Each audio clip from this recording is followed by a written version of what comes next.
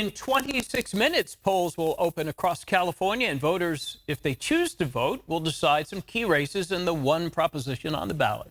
On the Super Tuesday, we're joined by ABC 10 political expert Steve Swat. Steve, always good to visit with you during these political times that we live in. So one of the things is turnout. We just heard from Jana Haynes with the county mentioning so far it's been 16% for the county, which could be an historic low. People are getting their ballots in the mail for the first time. Everybody, a registered voter, got a ballot in the mail in California. What does it say about the fact that turnout is so low, or are people just filled with apathy with good reason? Well, I think there's a lot of apathy, but I also think that many voters just feel like they don't like their choices, especially in the presidential campaign. It's interesting, the all-time low turnout in a presidential primary in California was 31% back in 2012. And if you think 16% in Sacramento is low, statewide it's only 14% according to Political Data Inc., which is a vote tracking firm. And one of the reasons is that there's just no real drama in this election. The presidential primaries, both the Republican and the Democratic ones, have no drama at all. And it's drama that attracts voters, attracts money to the campaigns, and it sort of gins up interest everywhere. And so I think that's one of the real problems. And the only statewide race that seems interesting at all, I suppose, is the U.S. Senate contest. Yeah. Well, Sacramento and Stockton have mayoral races, too. And obviously the Schiff and Garvey thing is interesting as well.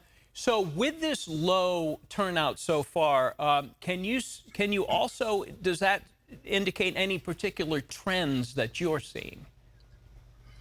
Yeah, it's interesting. It seems like Republicans are more interested in this election than Democrats, because if you look at the Republicans, they make up 24% of the registered voters in the state of California.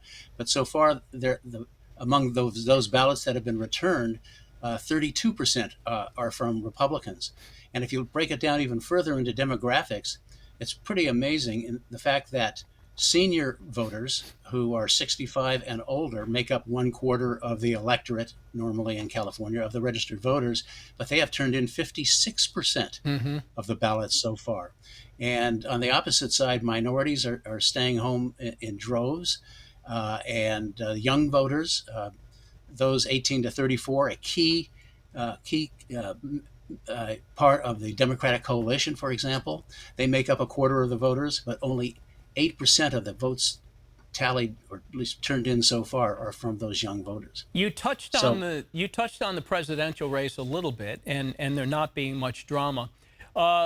This is a big day, I guess, for Nikki Haley, right? I don't know where her donors are tomorrow, after today. Is there a tomorrow for Nikki Haley?